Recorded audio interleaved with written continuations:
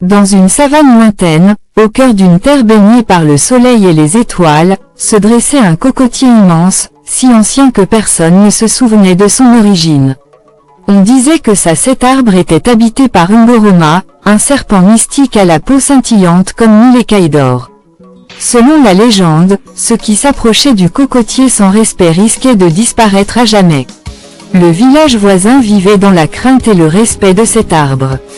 Chaque pleine lune, les anciens déposaient des offrandes à son pied, du miel, des fruits, et des calebasses remplies d'eau pure. En échange, la terre restait fertile et les rivières ne se tarissaient jamais. Un jour, un jeune homme nommé Ntutum, connu pour son arrogance et son scepticisme, déclara devant tout le village: « Ce serpent n'est qu'un mythe pour effrayer les enfants. Je vais prouver que cet arbre n'a rien de magique. » Malgré les supplications des anciens, Ntutum se mit en route, armé de sa machette, pour couper une branche du cocotier. Alors qu'il s'approchait, une étrange brume enveloppa l'arbre.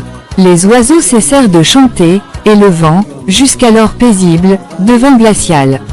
Ntutum leva sa machette, mais au moment où il toucha le tronc, une voix profonde résonna. « Pourquoi viens-tu troubler mon repos, fils des hommes ?» Ungoroma apparut alors, ses yeux brillants comme de soleil. Sa taille gigantesque et son aura imposante figèrent Ntutum sur place. Tremblant, il répondit: « Je voulais prouver au village que vous n'êtes qu'une histoire inventée. » Le serpent éclata d'un rire grave qui fit vibrer la terre. « Les histoires ont un pouvoir, jeune homme. Elles portent la mémoire des anciens et protègent les ignorants de leur propre folie. Tu as défié l'équilibre, et pour cela, tu dois apprendre. » Ungoroma s'enroula autour du cocotier et ouvrit sa gueule. Ntutum fut emporté dans un tourbillon de visions. Il vit le passé, où des guerriers avides avaient tenté de brûler le cocotier et avaient péri. Il vit l'avenir, où la destruction de l'arbre entraînerait la fin des rivières et des récoltes. Enfin, il ressentit la douleur de la terre, sa colère et son besoin de respect.